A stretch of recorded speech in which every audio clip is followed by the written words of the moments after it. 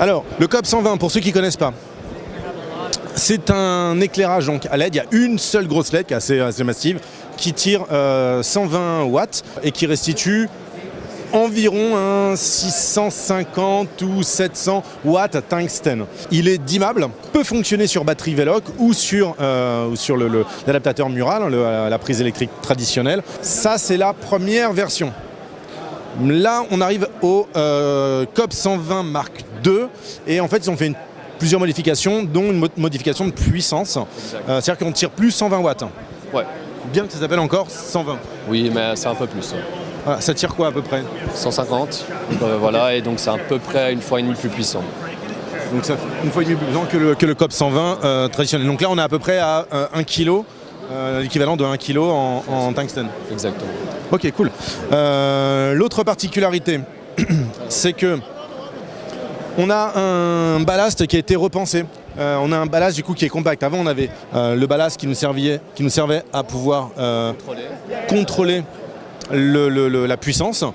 Et puis on avait un adaptateur secteur qui était déporté et qu'on branchait sur le mur. Maintenant c'est fini, on a tout qui est branché directement là-dessus, on n'a qu'un seul boîtier, plus tu m'as dit 6 mètres de câble pour brancher jusqu'à la prise.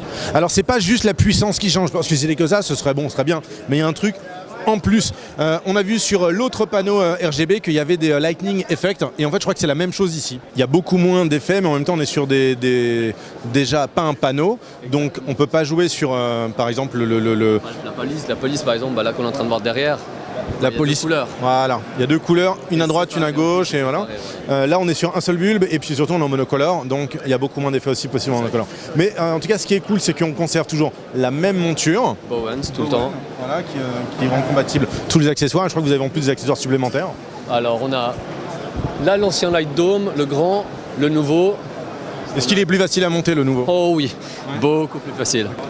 Sinon, on a le mini Light Dome, et là, les barn doors. Vous avez des barn doors. Et ça, les barn doors, c'est tellement... c'est obligatoire. Là, vous avez le Leica Mount. Voilà. Le Leica Mount, c'est une lentille de projection qui permet de pouvoir mettre à l'intérieur des sortes de gobos. Donc, elle est à l'envers. Là, typiquement, voilà, ça appuie sur. Et en fait, ça projette ce motif quelque part. Donc là, ça le projette sur le mur derrière. Là.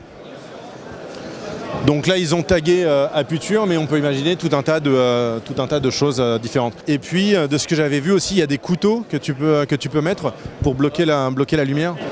Là, tu vas pouvoir gérer du coup tes couteaux. Voilà, et ça peut mettre en valeur genre une fenêtre, un tableau sur le mur. Ça peut faire une découpe qui est très précise. Donc voilà, c'était tout ce qu'on voulait vous montrer aujourd'hui sur le stand Aputure. Il y a plein d'autres produits. Tu avais une petite minette waterproof qui apparaît, qui avait des lightning effects inbuild, etc. Du coup, dernier truc, les tarifs pour le COP 120D Mark II. Le Mark II, on est à peu près à 750 €. Ça marche. Merci beaucoup Daniel. À toi, merci. Et puis très bon salon. Yes. Nous on se retrouve à très bientôt pour une prochaine vidéo. À plus tard.